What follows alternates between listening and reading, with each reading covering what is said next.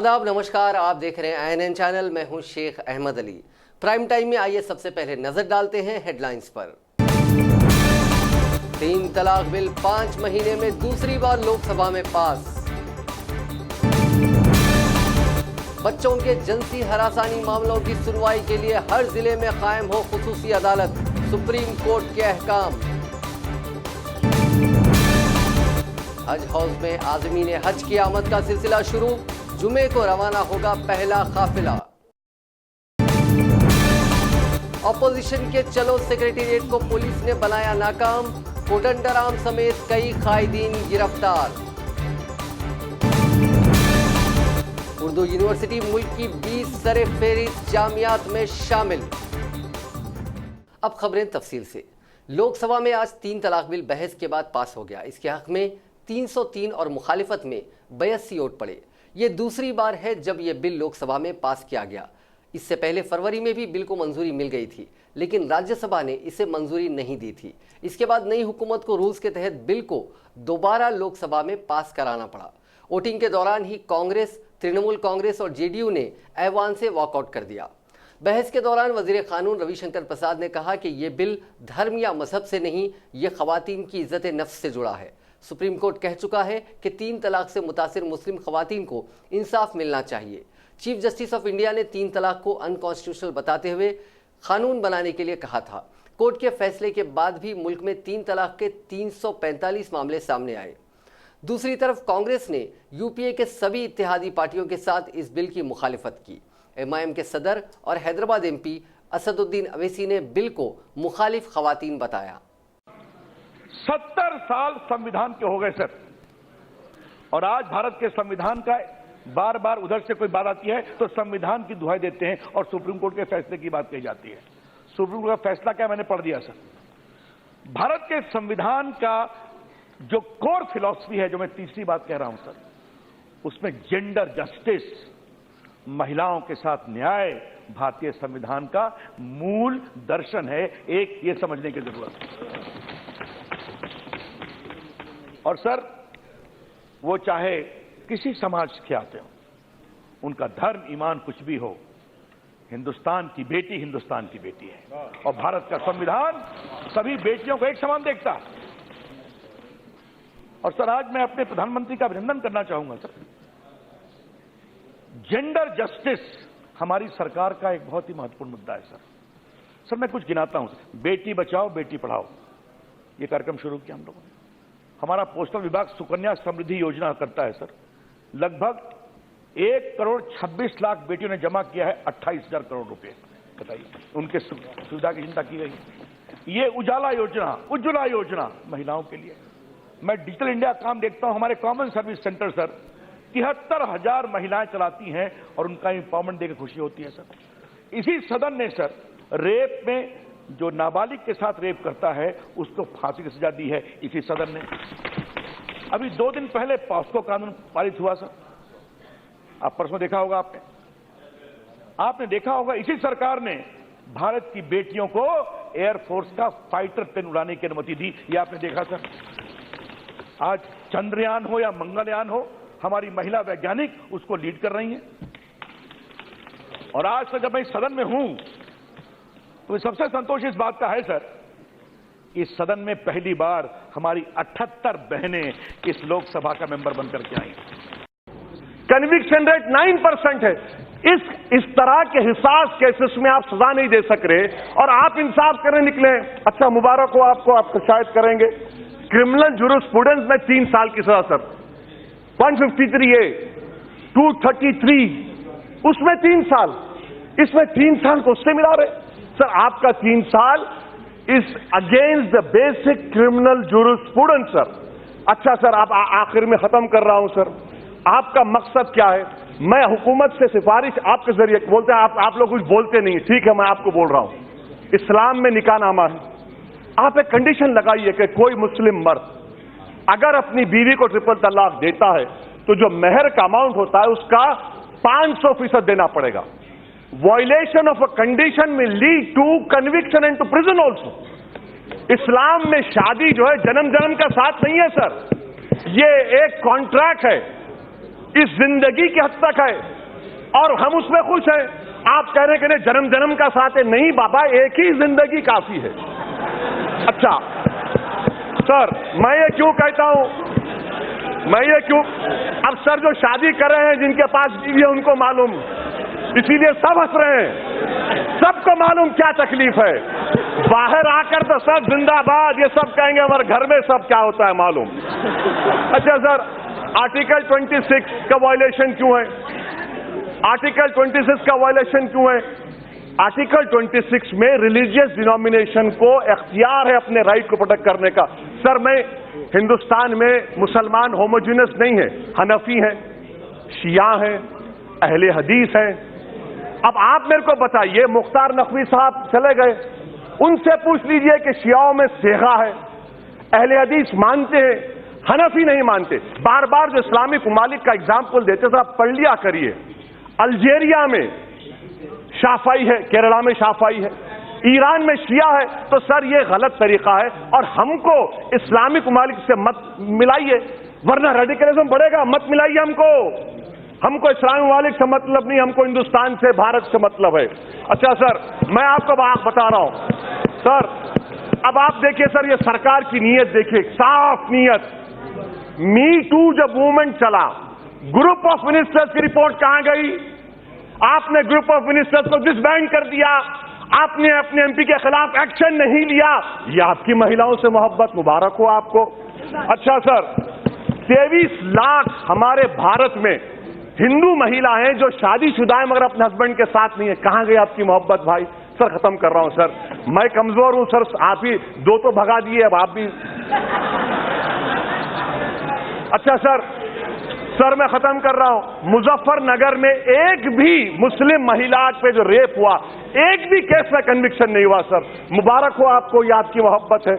अच्छा सर, जुलाई 2018 में supreme court ने कहा कि मॉब लिंचिंग के खिलाफ कानून लाइए, आप अभी तक नहीं लाते। सर क्यों नहीं लाते सर? आखिर में अगर वाकई में मोदी सरकार, मैं खत्म कर रहा हूं सर, लास्ट सेंटेंस, अगर वाकई में करना चाह रहे हैं, आप जलीकट्टू पे ऑर्डिनेंस लाए कि आर्टिकल 26 का मुझे प्रोटेक्शन नहीं मिलेगा, 29 का नहीं मिलेगा, और आप वाकई में महिलाओं की मदद करना चाहते हैं, तो मैं आपके जरिए से सरकार से कहना चाह रहा हूं कि हिंदुस्तान के वजीर आजम, हिंदुस्तान के वजीर दाखिला, हिंदुस्तान के वजीर कानून, बीजेपी के जितने महिला एमपी हैं, उनको स्पेशल एयरक्राफ्ट में साबरीमाला लेकर जाइए, प्लीज लेकर जाइए सर।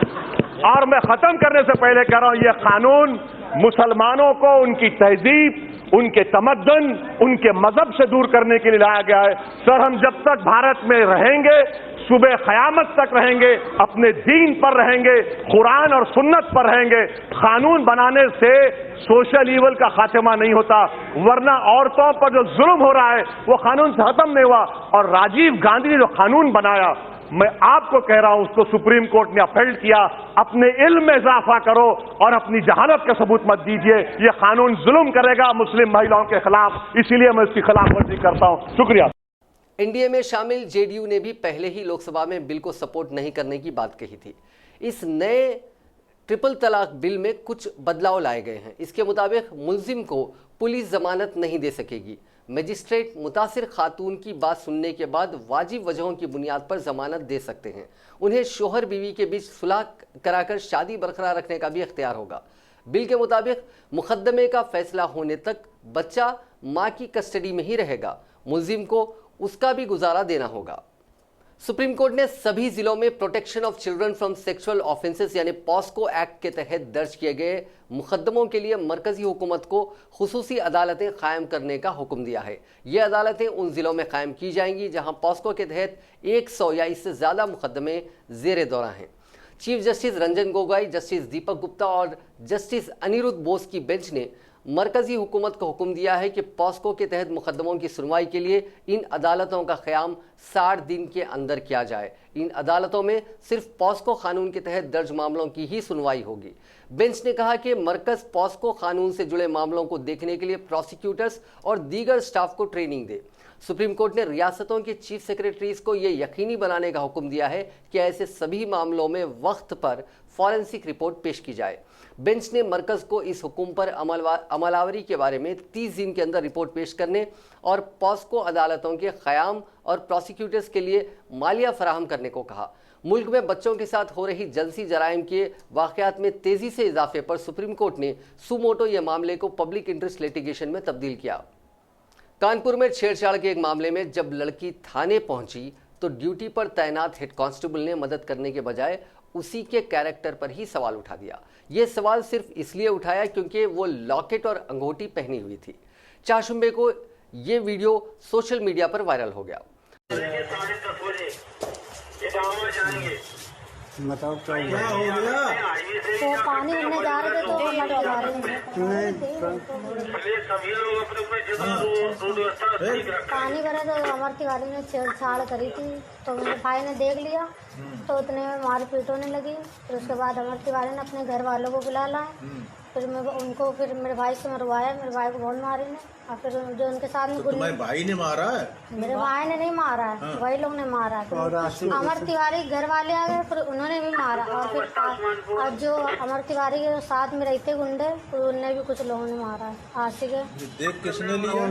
आशिक और वो विक्की लंगड़ा और अमर तिवारी। ये अंगूठी तुम क्या पहन रहे हो? ये चूड़ा किस लिए पहन रहे हो? ये क्यों डाले हो गले में? ये इतने आइटम तुम किस लिए डाले हो? क्या में पढ़ती हो? सर पढ़ती नहीं है, घर में पढ़ती नहीं हो। ये चूड़ा है, ये लॉकेट है, दो ये अंगूठी तुम छह क्यों पहनते हो?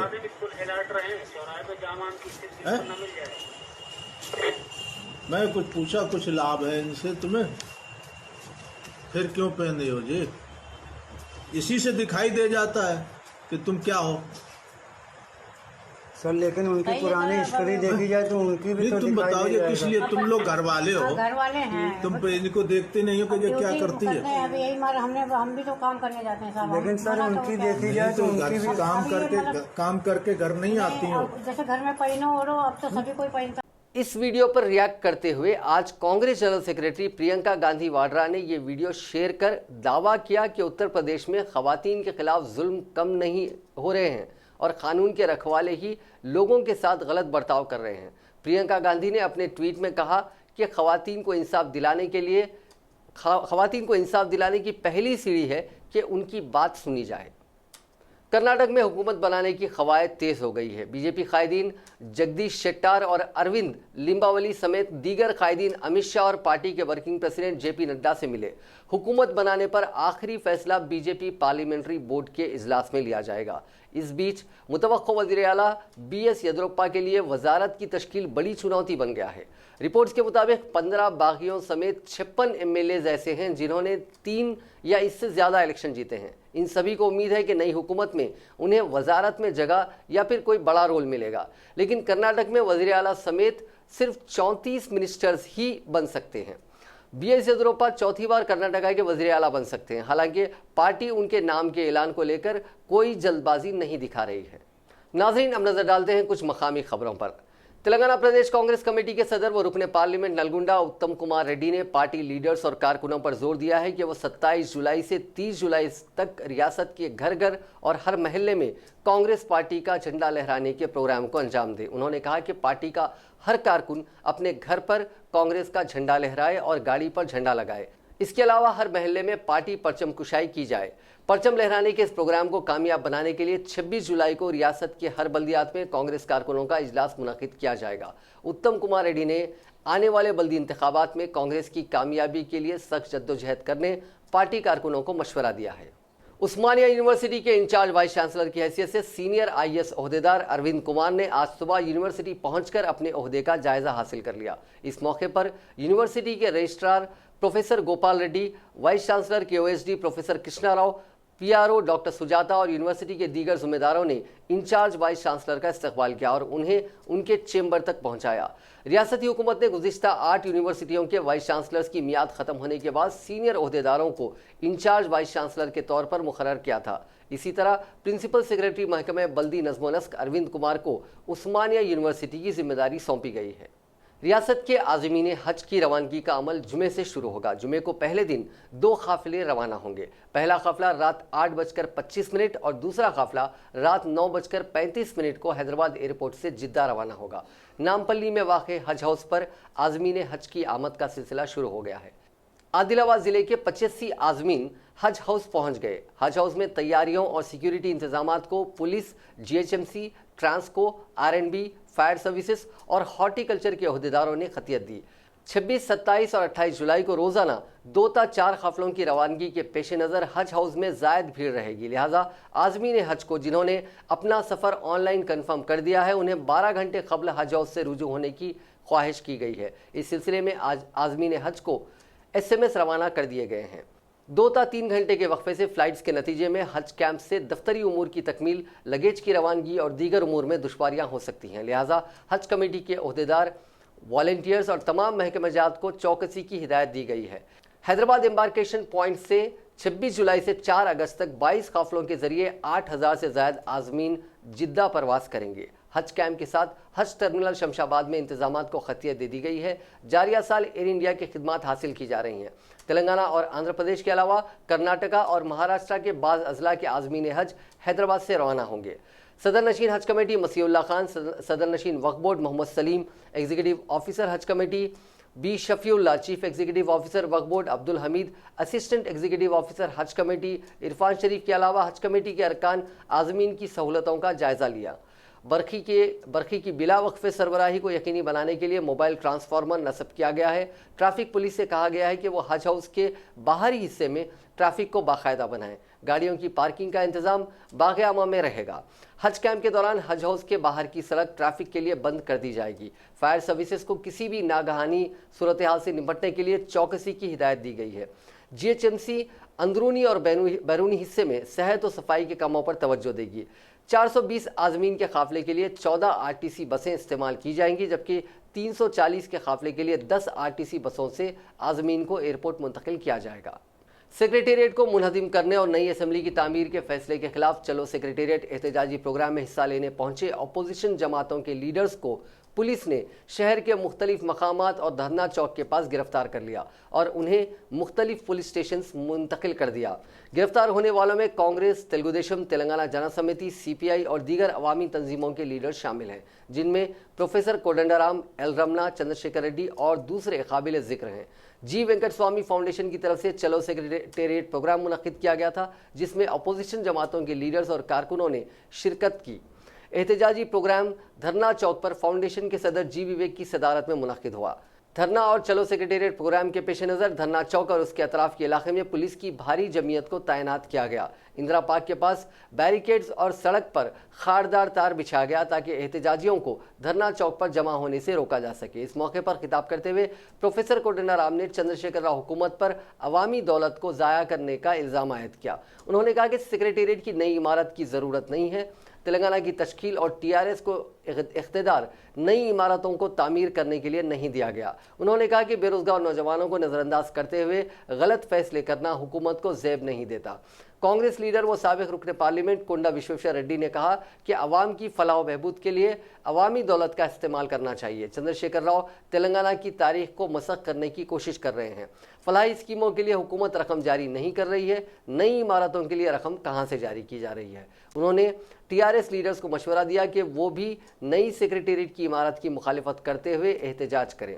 कांग्रेस तर्जुमान अड्डंकी दयाकर ने कहा कि तेलंगाना की तश्कील के बाद भी एहतजाज और धरना मुनज़्ज़म करना पड़ रहा है। पुलिस ने धरने की इजाज़त दी है, इसके बावजूद अपोजिशन लीडर्स को गिरफ्तार किया जा रहा है। चीफ मिनिस्टर में इतनी हिम्मत नहीं है कि वो अपोजिशन जमातों को रजामंद करवाते हुए नई इमारतों को तामीर करें। कांग्रेस और तेलुगुदेशम के साथ पुलिस को भी TRS पार्टी में जम कर दिया गया है। तेलंगाना के हुसूल के लिए जद्दोजहद करने वाले फिर जद्दोजहद करने पर मजबूर हैं। इस दौरान पुलिस ने धरना चौक आने वाले तेलुगुदेशम के रियासती सदर एल रमना और पार्टी लीडर चंद्रशेखर रेड्डी को दरमियान में गिरफ्तार कर लिया। रमना ने कहा कि चंद्रशेखर राव पुलिस के ताउन से हुकूमत चला रही है, अवामी दौलत को ज़ाया करने पर खामोश तमाशाई नहीं रहेंगे। अवामी मसाइल को नज़रअंदाज करते हुए नई इमारतों की तामीर की क्या ज़रूरत है। चंद्रशेखर रेड्डी ने कहा कि नई इमारतों की तामीर के फैसले में गवर्नर को मुदाखलत करनी चाहिए और फैसले से दस्तबरदारी इख्तियार करने का हुकूमत से उन्होंने मुतालबा किया। साबिक वजीर डी के अरुणा ने कहा कि टीआरएस हुकूमत ग्राम पंचायत निज़ाम को कमज़ोर कर रही है। मीडिया से बात करते हुए उन्होंने कहा कि मरकज से दी जाने वाली रास्त ग्रांट को इस्तेमाल नहीं किया जा रहा है। उन्होंने कहा कि ग्राम पंचायत में सफाई और बुनियादी सहूलतों का फुकदान है। उन्होंने कहा कि मरकजी हुकूमत ने बुनियादी ग्रांट और प्रोग्रेसिव ग्रांट मिलाकर अब तक 5,375 करोड़ रुपए जारी किए हैं। डी के अरुणा ने कहा कि ग्राम पंचायत इंतखाबात को होकर 6 माह हो चुके हैं, लेकिन अब तक सरपंचों के अकाउंट नहीं खोले गए। चेक पावर देते हुए सिर्फ इख्तियारात देते हुए अहकाम जारी किए गए हैं। उन्होंने कहा कि सरपंच और नायब सरपंच के दरमियान इख्तलाफ की वजह से काम नहीं हो पा रहे हैं।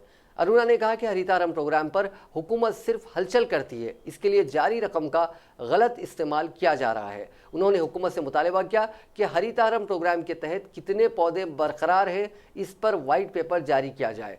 उन्होंने कहा कि हुकूमत पौधे बरकरार नहीं रहेंगे तो सरपंच को बर्खास्त करने के लिए कानून बनाया गया है, तो फिर क्या केसीआर के लगाए गए पौधे भी सूख गए हैं, तो केसीआर को भी बर्खास्त कर देना चाहिए। जो अभी ग्राम पंचायत सरपंच है, हर एक ग्राम पंचायत को डायरेक्टली सेंट्रल गवर्नमेंट से डायरेक्टली ग्राम पंचायत में फंड डालने का जो सेंट्रल गवर्नमेंट नरेंद्र मोदी जी ने वो डिसीजन लेके हर ग्राम पंचायत डायरेक्टली वहाँ पे फंड्स दे रहे ग्राम पंचायत को। अभी जो फंड्स दे रहे एवरी ईयर, ये 5 साल में 5,375 करोड़ रुपया दिया है पूरा, ये 5 साल में। अभी इस साल भी 1400 करोड़ के ऊपर करीब 1500 करोड़ रुपए इस साल भी है, 18-19 में भी। आज तक एक पैसा भी स्टेट गवर्नमेंट ने ग्राम पंचायत सरपंचों को खर्च करने का मौका नहीं दे रहे।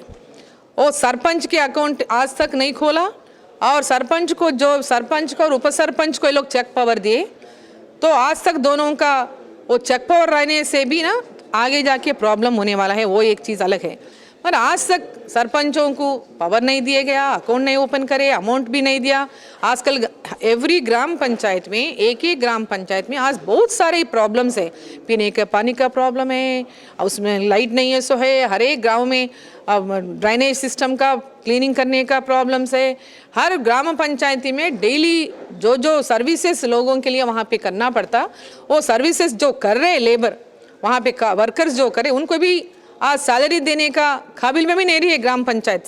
सो इसके बारे में गवर्नमेंट इमीडिएटली उन लोगों का पैसा रिलीज करना और उन लोगों को पैसा खर्च करने के लिए इमीडिएटली चेक पावर देना, उसके बारे में आज पूरे सरपंचों के साथ बीजेपी पार्टी उनके साथ है। जो नरेंद्र मोदी जी ने हमारे प्रधानमंत्री जो खास करके हर गांव का डेवलपमेंट के लिए, हर गांव डेवलप करने के लिए डायरेक्टली सरपंचों को जो अमाउंट 14 फाइनेंस से जो आज दिया गया, उसको इमीडिएटली ऑल सरपंचेस वो जो गाँव में इमीडिएट जो भी काम इम्पोर्टेंट है, जो भी लोगों को वहाँ पे सैनिटेशन हो या पीने का पानी का हो या लाइटिंग का हो, गांव में हर दूसरे किस्म का कुछ रोड का हो, कुछ भी वहाँ डेवलपमेंट के लिए कुछ भी काम हो, उसके पूरा वो पूरे पैसे यूटिलाइज करने के लिए इमीडिएटली आगे आए। बीजेपी उनके साथ है बोल के मैं आज उन लोगों को बुलावा दे रही हूँ।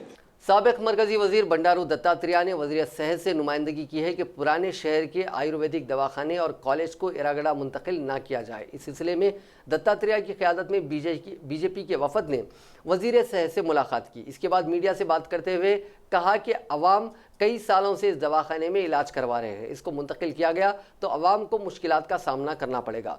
उन्होंने कहा कि मरकजी हुकूमत यूनानी और होमियो और आयुष के लिए फंड्स जारी कर रही है। उन्होंने वजीर सेहत से मुतालबा किया कि तेलंगाना के हर ज़िले में आयुष हॉस्पिटल तामीर किया जाए। उन्होंने कहा कि जब वो वजीर थे उस वक्त सिकंदराबाद में आयुष हॉस्पिटल की मंजूरी दी थी, इसके लिए मंजूर की गई 58 करोड़ की रकम मौजूद है, इसको खर्च किया जाए। वेलफेयर मिनिस्टर कोपुला ईश्वर ने इतराफ़ किया है कि रियासत में क्रिश्चियन कम्युनिटी के कई मसाइल हैं। उन्होंने ये तयक़ुन दिया है कि इन मसाइल को वज़ीर आला के चंद्रशेखर राव के सामने पेश करते हुए उनकी यकसुई की जाएगी। सेक्रेटेरिएट में वज़ीर मौसूफ ने क्रिश्चियन मजहब के रहनुमाओं के साथ एक इजलास मुनक़िद किया। इस इजलास में MLA Stephenson, MLC Rajeshwar Rao, अक़लियती बहबूद के मुशीर AK खान के अलावा दीगर ओहदेदार मौजूद थे। इस मौके पर वज़ीर कोपुला ईश्वर ने कहा कि हैदराबाद में क्रिश्चियन कब्रिस्तान का मसला संगीन है, इसको फौरन वज़ीर आला के इल्म में लाकर यकसोई की जाएगी। वज़ीर मौसूफ ने कहा कि कास्ट सर्टिफिकेट का भी मसले की यकसोई बड़ा काम नहीं है। उन्होंने कहा कि एससी तबके से ताल्लुक़ रखने वाले वाज़े तौर पर एतराफ़ करें कि वो क्रिश्चियन हैं। वज़ीर आला ने कहा कि किसी मज़हब से ताल्लुक़ रखने वाला हो उसके साथ इंसाफ किया जाएगा। उन्होंने कहा कि मसाइल की यकसुई के लिए एक कमेटी तश्कील दें तो बेहतर होगा। उन्होंने कहा कि क्रिश्चियन भवन की तामीर में ताख़ीर हुई है। उन्होंने कहा कि बहबूदी के प्रोग्राम से इस्तिफ़ादा नहीं हो रहा है, ये बिल्कुल गलत बात है। हुकूमत के हर प्रोग्राम से आवाम इस्तिफ़ादा कर रही हैं। हुकूमत ने तालीम से आरास्ता करने के लिए अब तक 202 स्कूल खोले हैं। तेलंगाना के चीफ सेक्रेटरी शैलेंद्र कुमार जोशी ने ओहदेदारों को हिदायत दी है कि रियासत के 23 अजला में वोटिंग मशीन और वीवीपैट को महफूज रखने के लिए दरकार गोदाम के तामीराती काम में तेज़ी पैदा की जाए।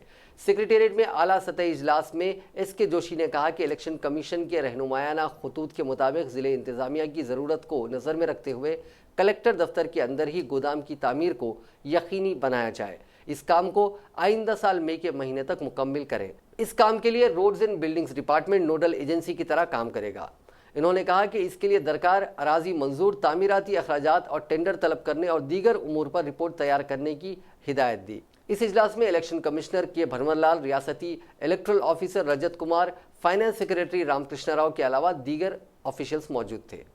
मौलाना आज़ाद नेशनल उर्दू यूनिवर्सिटी ने सारे मुल्क में हिंदुस्तानी ज़बान की ऐसी वाहिद जामिया का एजाज़ हासिल किया है जिसे सरकर्दा अंग्रेज़ी जरीदा आउटलुक ने मरकज़ी जामियात की मुल्किर रैंकिंग में 20वां मकाम अता किया है। आउटलुक ने आई केयर इदारे के साथ मिलकर हिंदुस्तान की सरकर्दा मरकज़ी जामियात में मुख्तलिफ बुनियादों पर यह सर्वे किया है, जिसे आउटलुक वेबसाइट पर 18 जुलाई को जारी किया गया।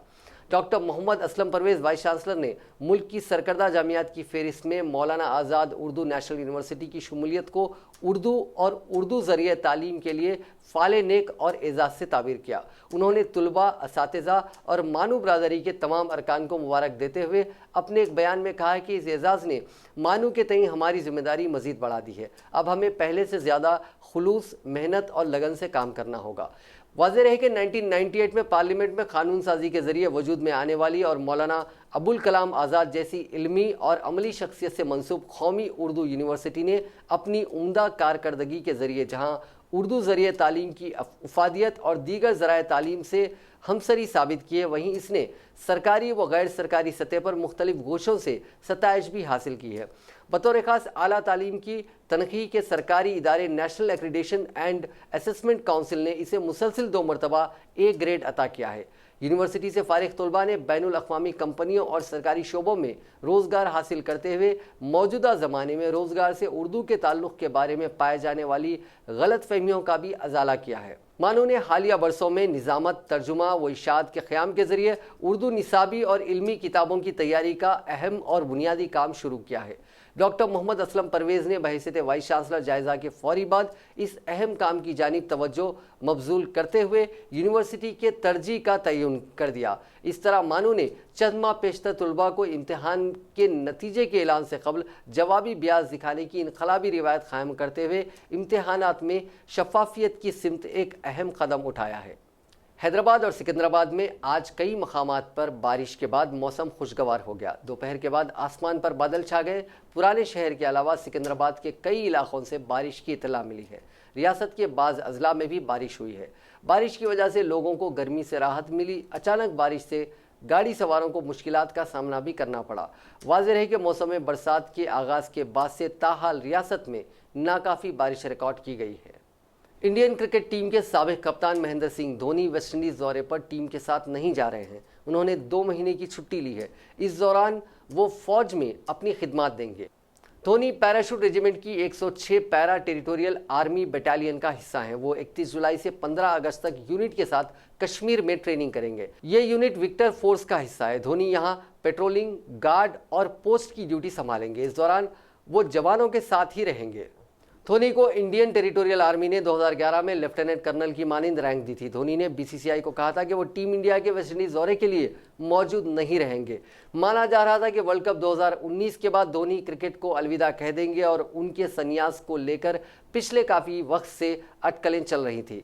धोनी ने हिंदुस्तान के लिए 350 one day, 90 test, 98 T20 international match खेले। उन्होंने 10,773 रन बनाए। इस दौरान उनका औसत 50 से ज्यादा रहा। टेस्ट मैचों में धोनी ने 38.09 की औसत से 4,876 रन बनाए हैं। नाजरीन, आखिर में एक बार फिर से नजर डालते हैं हेडलाइंस पर। 3 तलाक बिल 5 महीने में दूसरी बार लोकसभा में पास। बच्चों के जिनसी हरासानी मामलों की सुनवाई के लिए हर जिले में कायम हो खुसूसी अदालत, सुप्रीम कोर्ट के अहकाम। हज हाउस में आज़मीन हज की आमद का सिलसिला शुरू। जुमे को रवाना होगा पहला काफिला।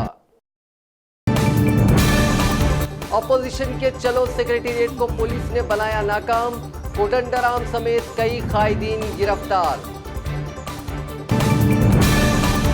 उर्दू यूनिवर्सिटी मुल्क की 20 सरे-फेहरिस्त जामियात में शामिल। नाजरीन, आज के प्राइम टाइम में बस इतना ही। देखते रहिए INN चैनल।